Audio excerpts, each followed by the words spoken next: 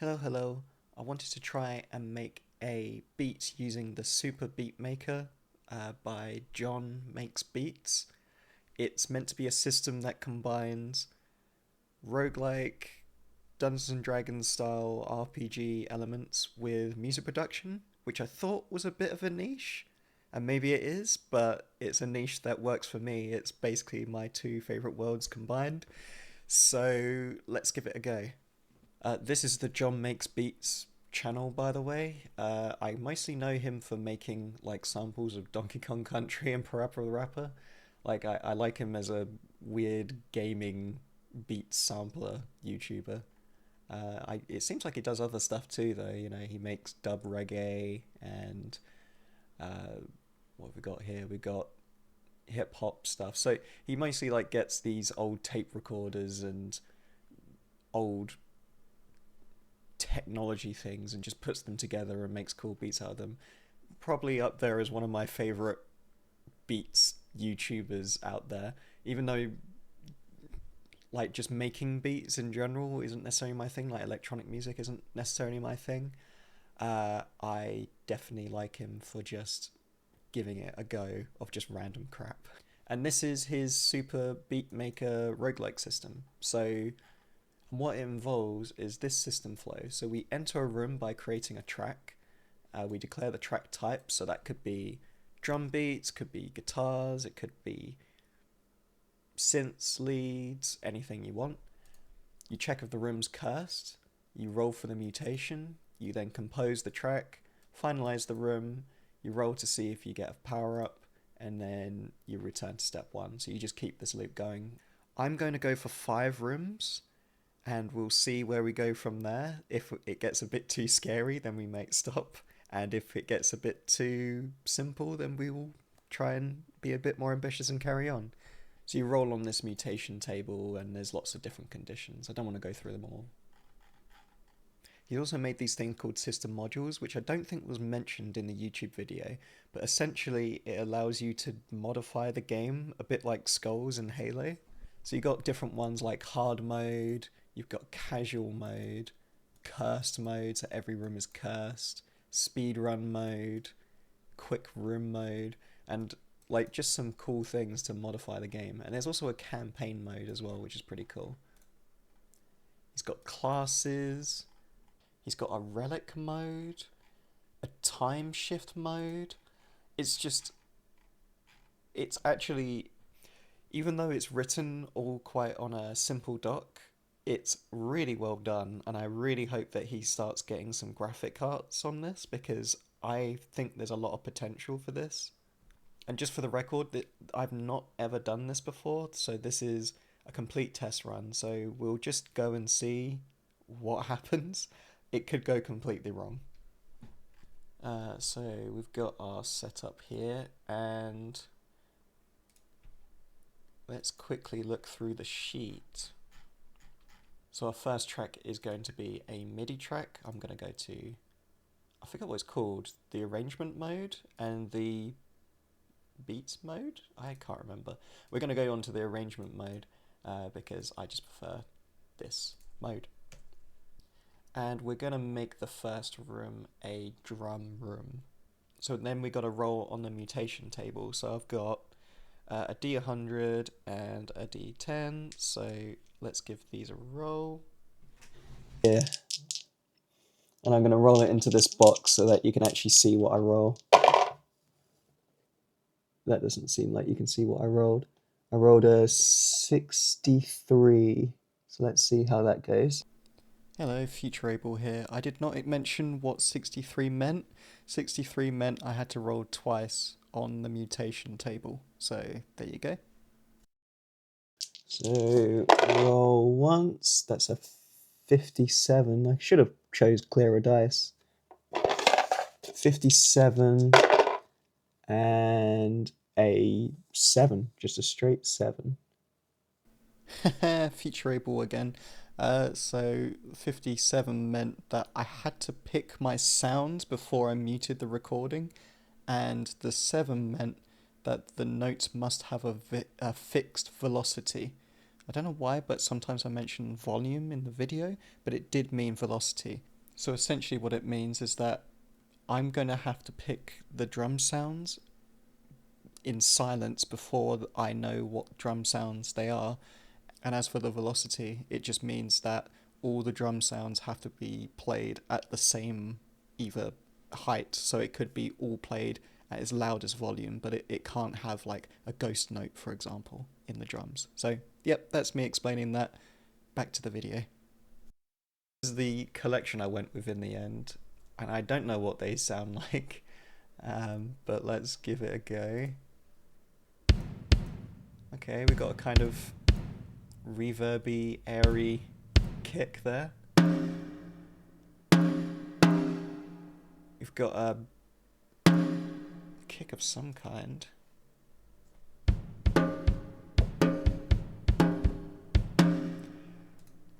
Okay. That's pretty standard. That's pretty standard.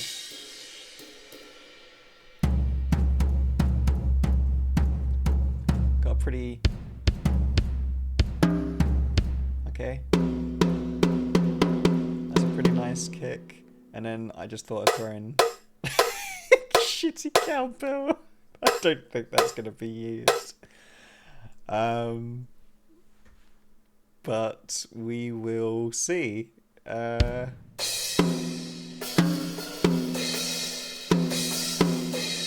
mean, this was a pretty safe option for me.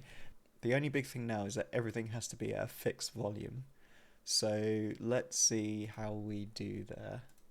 So if we go and add a... How do I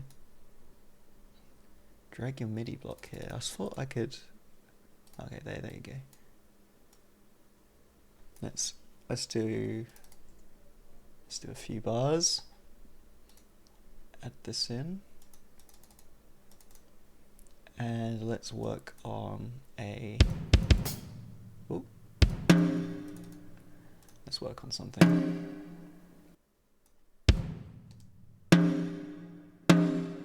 I don't like this snare, to be honest with you.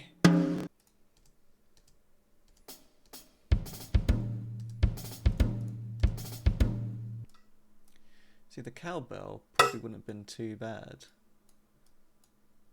if I could actually... If I could mess with the velocity. Honestly, the velocity, I didn't realise how vital the velocity was until I started doing these drums. Now that the velocity is locked to one place, I am completely fucked.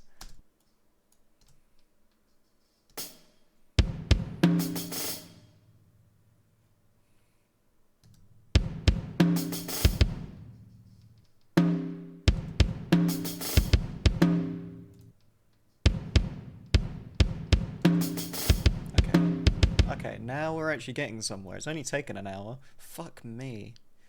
Actually, it hasn't taken an hour, but... Let's take this, whatever this is. Okay, let's just entertain. I mean, obviously we're not doing this.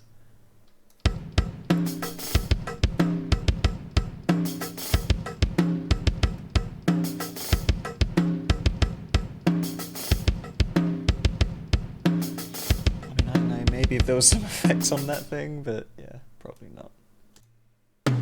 Ooh.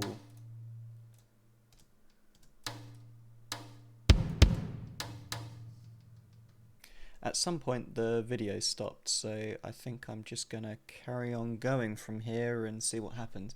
Basically, since then I took the same drum beat though and added some distortion onto it, as well as mess around with some of the EQ stuff here.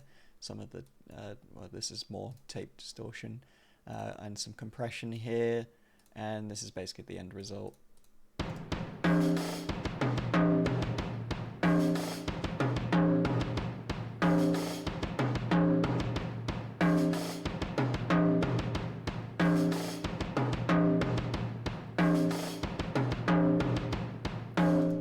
I don't know what the vibe is really, to be honest with you. It's something though. So we are going with it. and it's all the same velocity, so we are going with that. I'm not a big fan of the snare, to be quite honest with you, but we just have to go with it. Unfortunately, we weren't allowed to hear what the snare sounded like before we began. So after you finish a room, step 6 is that the room is finalized. So you leave it and then you just carry on from there. So now we need to see if we get a power up or not. I'm sure you can't see it. Oh, it just changed again as I looked. So it is 45. Oh. It was 45. So no, we don't get a power up. We only get a power up if we get roll a 75, which I guess makes sense. So we enter a new room. So let's do... It's going to be a bit cheaty, but let's do pads. Let's do a pad of some kind. We'll probably be using Omnisphere pad. So there is also curses in these rooms, and we roll a D100 to see if a room's cursed. And I'm going to roll... Oh, I rolled an 86, so there is a target curse. So what that means is that it's going to target a track. Well, there's only one track, so do we just go with that? No. Okay, I'm going to roll anyway just to see.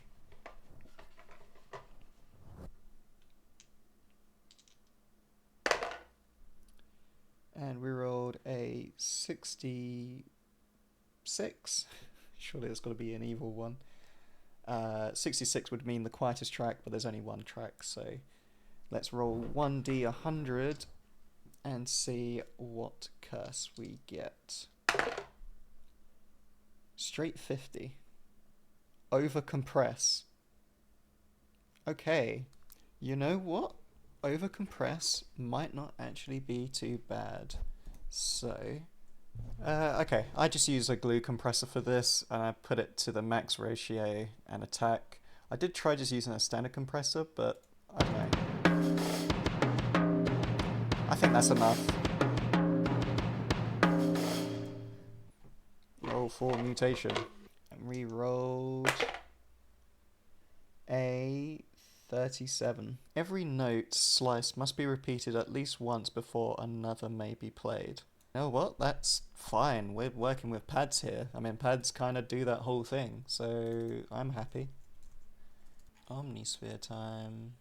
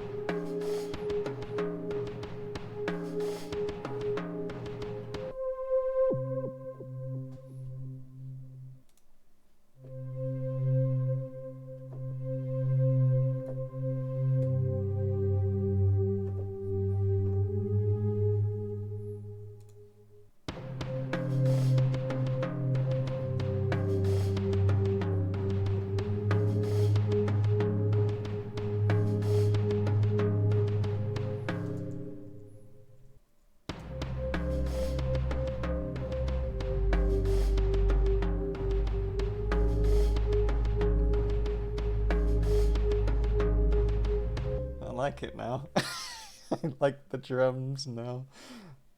Right, let's Let's just go. Let's just keep going. Right. I'm good with that. Power up. Power up, power up, power up. Where's my dice? Do we get a Powerup? We got 11. I'm trying to show you. 11. So no, we don't get a power up. That sucks. I'm already kind of like it. But you know what? I kind of want a bass now. So let's try. The next room's going to be a bass. Declare the track type, and then check if the room's cursed. It's kind of awkward when it's sideways. I guess I can hold it completely flat, and then I'm going to judge it on the top. Oh god, I don't want to do that now. So 90. Yes, we have a curse. I don't want to curse. This is a good song so far. Target. It is 98. Roll again for 2 targets. 70. 70 is...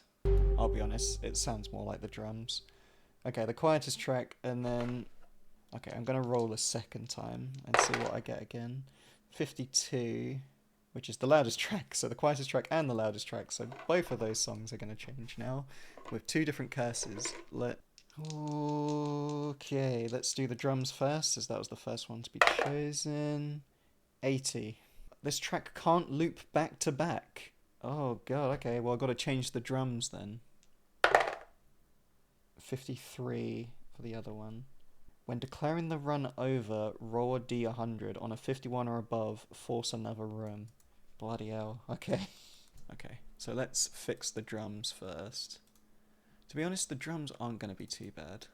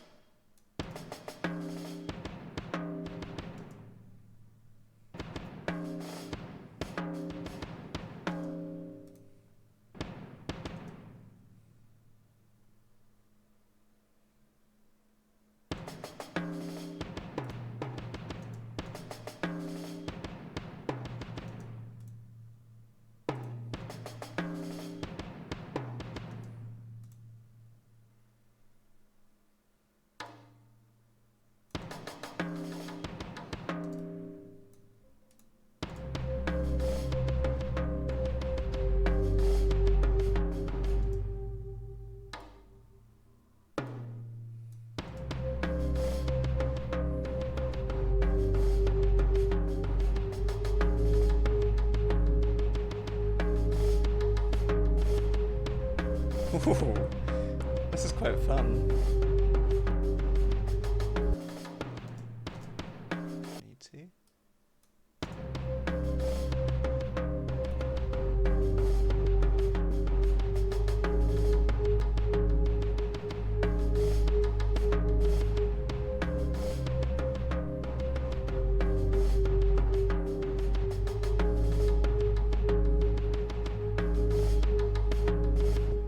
Alright, so we got a bass mutation now. So let's see what the mutation for the bass is. 37! Again, every note slice must be repeated at least once before another can be played. Not as bad for the bass, but we'll see. Okay, let's try and throw in the bass guitar then. Let's get amplitude in this bitch.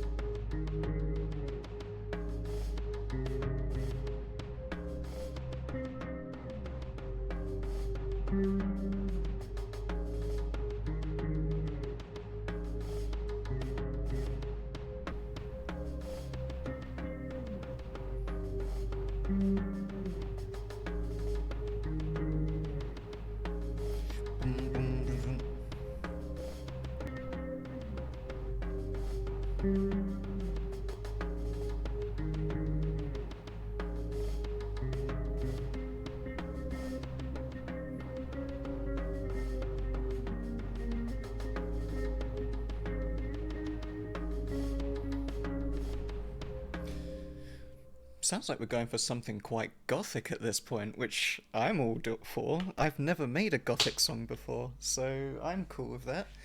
Gotta say right now, before we carry on, this is really cool. This is a really cool system, the Beatmaker, for like a starting ground to make your song. In theory, you can make your whole song with this, but that wasn't really the aim that I was going for. I was just trying to get something out of me to make something. So, yeah, let's keep going. So, the final one is going to be the guitar. But before we do that, let's roll to see if we have a power up.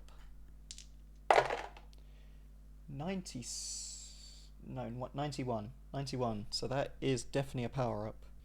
So 91 means that we get the power up, but we're only allowed to use it in this next room. So we might as well use it.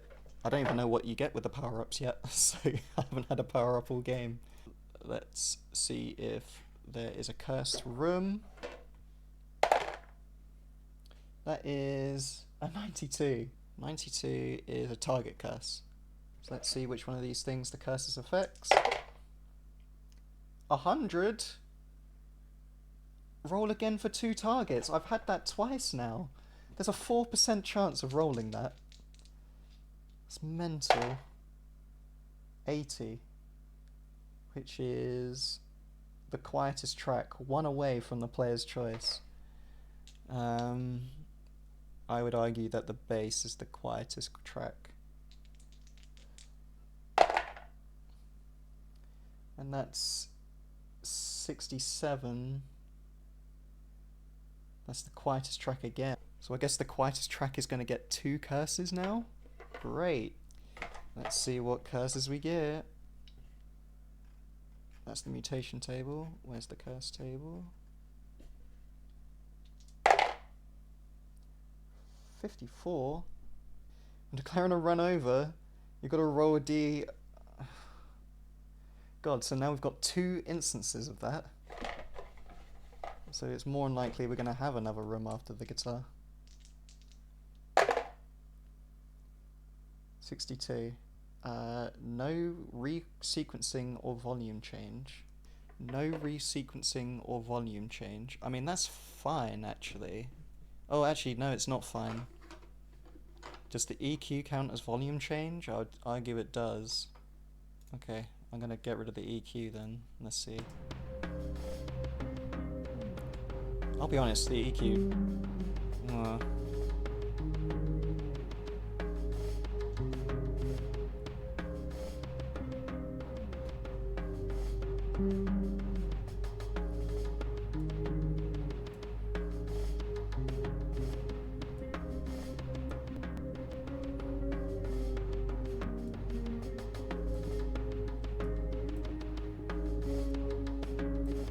I'm not too bummed out about that one, but we'll see.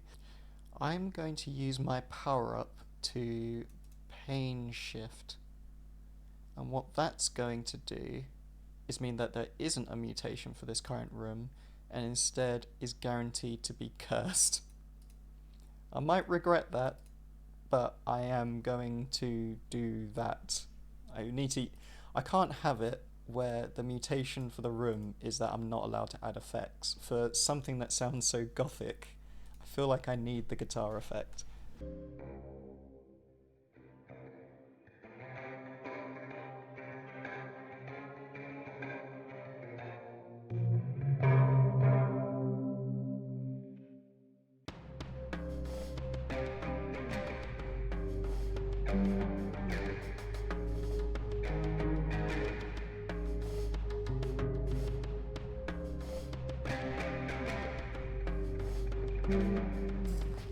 Shit.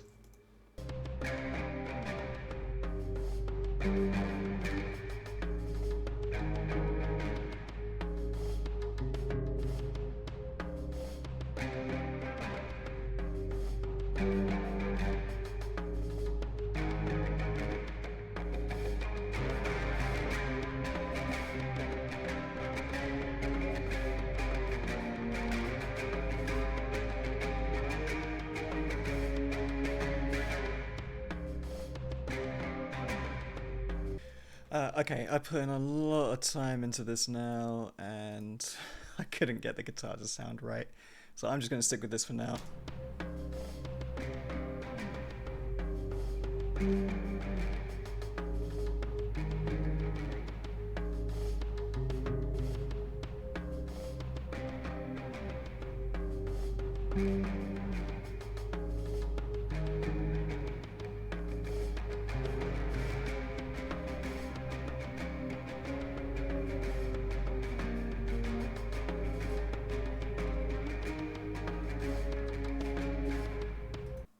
Okay, so I've declared run over, and I need to now do 2 dice rolls to see if I need to add more things or not.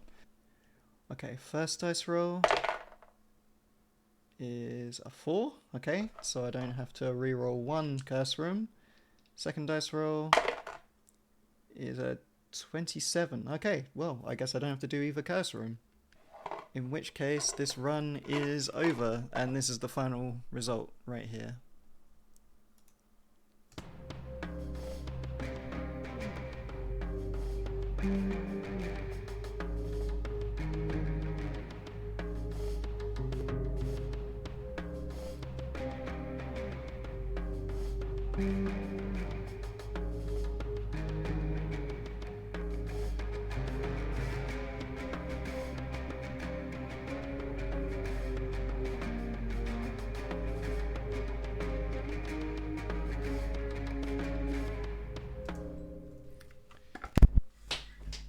And of course I could have made it more bars, but I can't bother with that. So yeah, that is a complete run, and what do I think of it? I like the challenge that it gives because it changes things up quite a lot. This whole thing took me over 2 hours, which I guess is about the average D&D run anyway, so I guess in some sense that works. The only thing is it's quite a slow process, maybe because I was recording a video at the same time though, so maybe that didn't help. I think also I put a lot of constraint on myself to go like, I really want to make this sound good, which I guess is a good thing, so yeah, I think it's pretty good in that sense. If I wanted to create like a quick beat though, maybe what I'd do is just roll a couple of times on the mutation table and go like, okay, I'm going to put these constraints on myself. So overall, I think it's really fun.